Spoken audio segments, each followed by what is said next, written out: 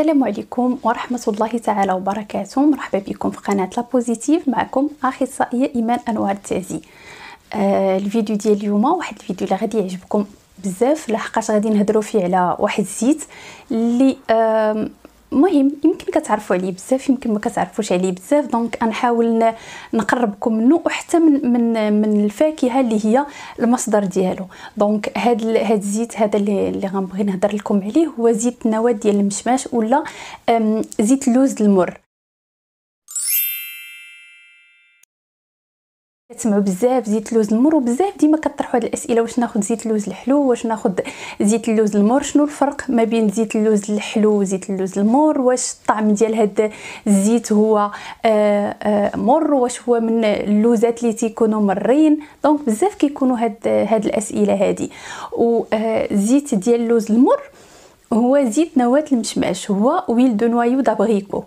دابا المشماشه ديجا علاش انا اختاريت نهضر لكم على هذا الزيت في هذه الفتره هذه، لحقاش هذه هي الفتره ديال المشماش. هي هذه الوقيته هذه فين كيبان المشماش. دونك الناس اللي ممكن انكم ملي تشريو المشماش تجمعوا العظومه ديالو. دونك الزيت هذا ديال زيت اللوز المر ولا ويل دو نوايو دابغيكو، هذا ملي كتاكلي المشماش داك العظيمات اللي كيكونوا فيه كيتهرسوا، ومني كيتهرسوا كيتخرج منهم واحد اللوز. هادوك اللوزات وهما اللي كيتعصروا عن طريقه العصر البارد، وكيتستخلص منهم زيت اللوز المر.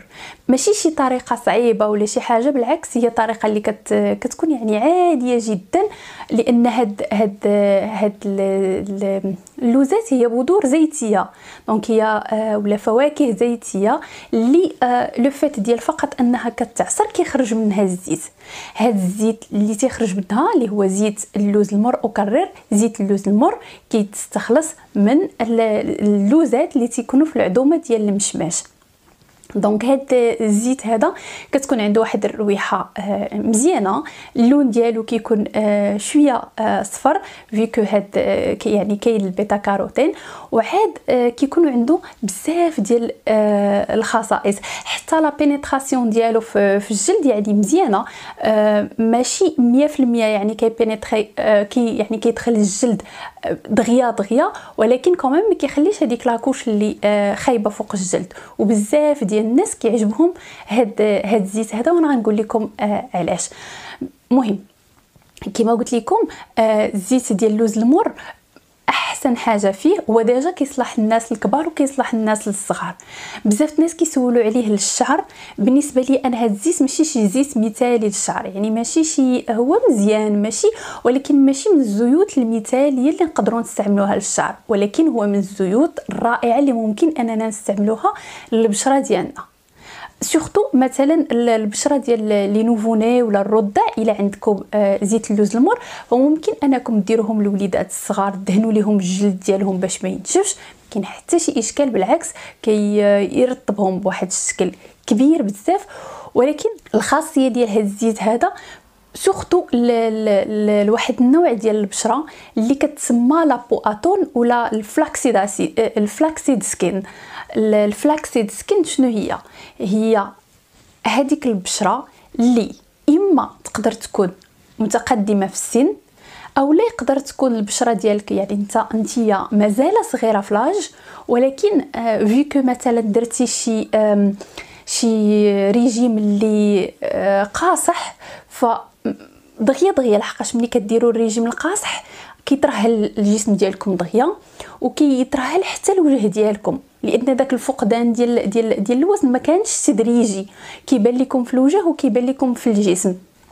وهنا كتبداو كتلاحظوا دوك اللي كيفقدوا الوزن بواحد الشكل كبير ودغيا كتلاحظوا ان الوجه ديالهم ولا كيبان كبير في لاج، كتقول واه مال هاد السيده هادي ولا مال هاد السيد هذا، شنو عنده؟ ياك ما مريض ياك ما هذا.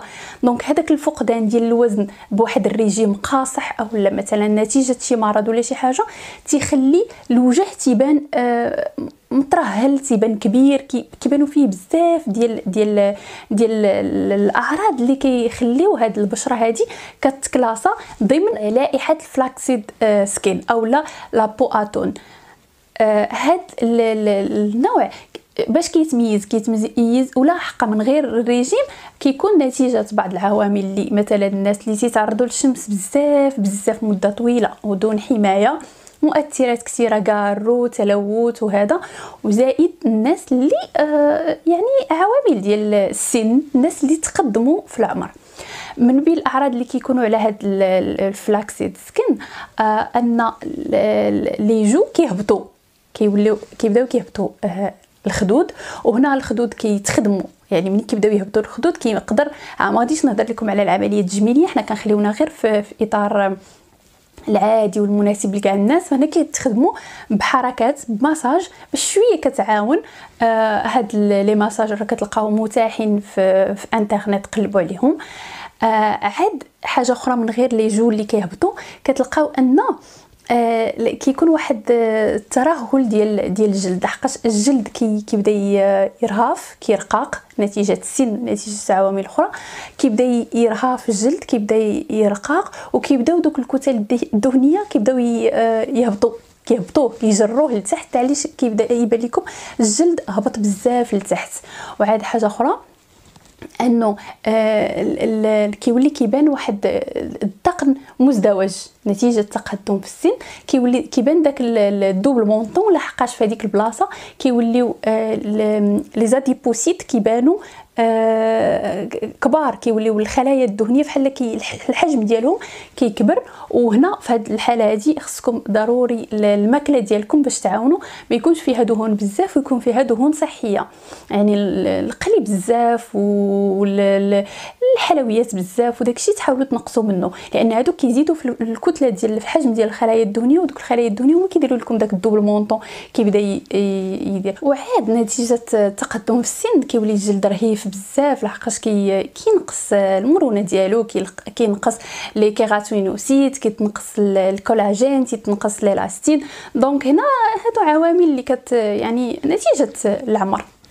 فاحنا باش خصنا نعاونوا مره يعني نديروا حركات ديال المساج ديال الوجه، راه تيعاون بواحد الشكل كبير، تيعطي واحد الطونوس للوجه، وكي حتى داك الشحوب اللي كيكون في الوجه ما تنعاونوا انا ما تيبقاش. راه تلاحظوها ملي تديروا شي مساج بكريم هيدراتونط ولا بزيت، راه كتلاحظوا ان الوجه تيولي عنده واحد لابون مين. ديجا في الفلاكسيد سكين كيكون داك الوجه شاحب بزاف. حنا دابا عوامل كثيره غير ستريس وقله النعاس ودرا وجهنا كيولي يبان حالته بزاف ديال المرات ما نعستيش مزيان، الغد كتلقى الوجه ديالك زعما حالته وشاحب. دونك هنا علاش انا هضرت لكم هذه المقدمه وعطيتكم هذه الاعراض هذه باش نقول لكم ان كاينين بعض الزيوت اللي كيعاونوا في هذه الحاله هذه، وحتى كيعاونوا حتى في التجاعيد ما كتبقاش تبان، سورتو ملي كتكون عاد باديه وداكشي ما كتكاثرش، وحتى الا كانت ما تتبقاش تبان باينه واضحه بزاف. دونك هنايا من ضمن هاد الزيوت اللي ممتازه لهاد النوع ديال البشرات اللي قلت لكم اما متقدمه في السن اما نتيجه ريجيم ترهلات او بانه فيها تجاعيد كثار ولا هذا، فهاد زيت ديال اللوز المر او لا زيت نواه المشماش فهو مفيد بزاف. ديجا فيه البيتا كاروتين اللي هو بريكورسور ديال الفيتامين ا، هو اللي كيعطي داك لابون مين للوجه، فملي كيكون الوجه شاحب بزاف كيعاون انه يبان شويه فيه واحد النضاره، واحد اللون زوين.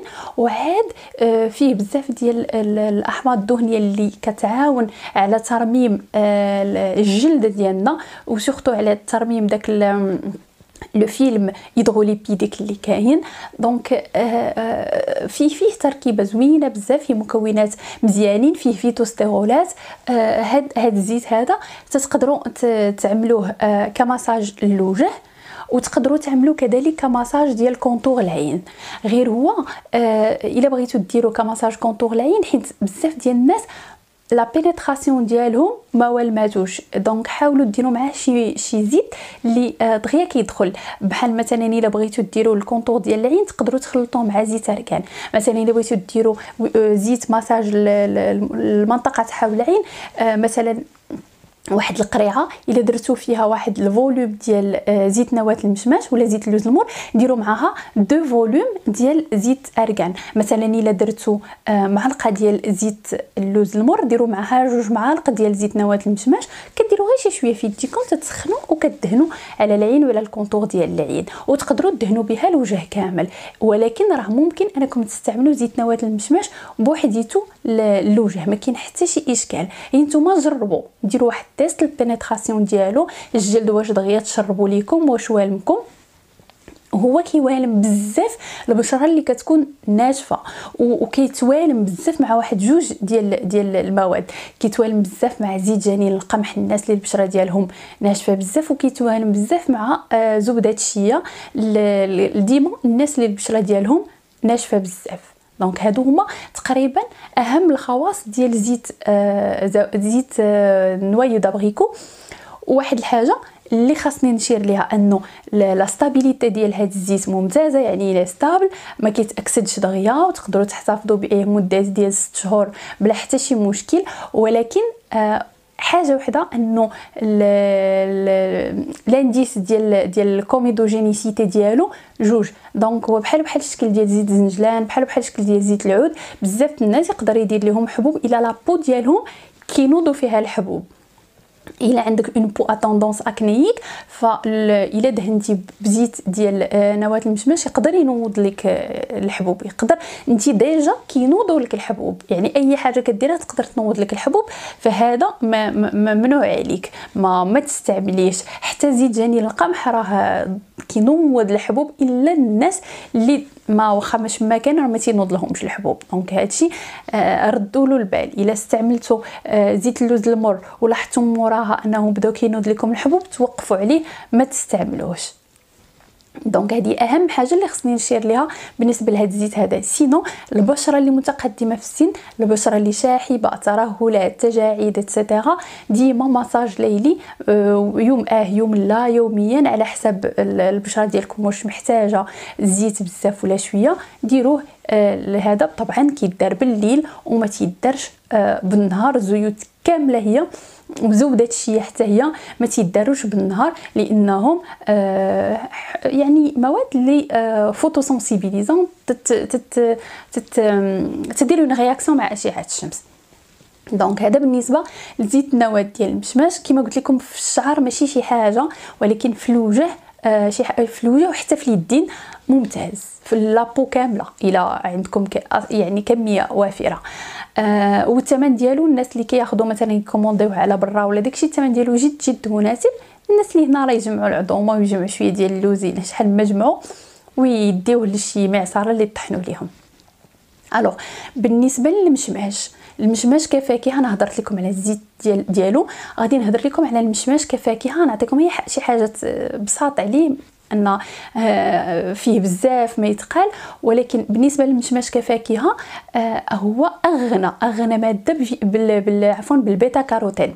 ديما كتسمعوا كلوا الجزر كيقوي النظر لانه غني بالبيتا كاروتين. المشماش غنى منه. البيتا كاروتين هو واحد النذير ولا بريكورسور ديال فيتامين وهاد المشماش حتى الاكل ديالو كيعطي واحد لا بون ميل للوجه.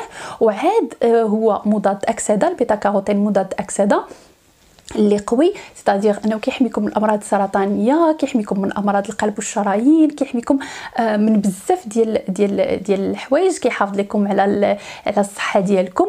زائد انه يعني من غير البيتا كاروتين المشماش فيه واحد الماده اخرى لمضاد اكسده قوي من عائله ديال الكاروتينويدات اللي هو الليكوبين. الليكوبين كتلقاوه بزاف في مطيشه، كتلقاوه في الدلاح، وكتلقاوه حتى بكميه مهمه في المشماش. نسيت نقول لكم على البيتا كاروتين عاود دابا الوقت ديال المزاح، حتى المزاح راه غني بالبيتا كاروتين. دونك حاولوا تستهلكوا المشماش في هذه الوقيته وتستهلكوا المزاح في هذه الوقيته لانها يعني الوقيته ديالهم.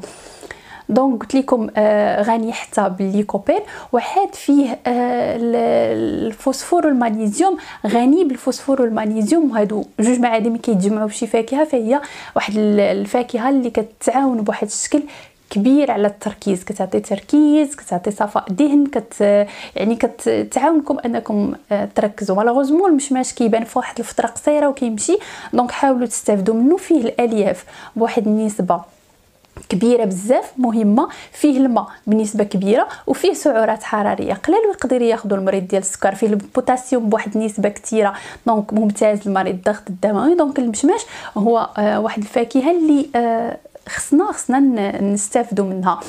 عاد كما قلت لكم حتى الاستهلاك ديالها كيعطي واحد لابون من الوجه وحتى الطعم ديالو زوين، حلو حامض، فهو زوين. نرجع لكم المزاح من غير البيتا كاروتين، ما غاديش ندخل لكم في لا كومبوزيسيون شيميك ديالو باش ما نكثرش، ولكن نقول لكم فيه واحد الفيتامين نادر لاميغدالين.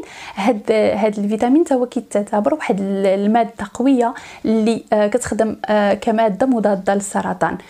فحاولوا تاكلوا هاد الفواكه اللي كتبان في واحد الموسم ودغيا كتمشي، حاولوا تستافدوا منها، حاولوا تستغلوها، حاولوا يعني تعطيوها لوليداتكم وتعودوهم عليهم باش ما يبقاش ديما غير تفاح بنان تفاح بنان.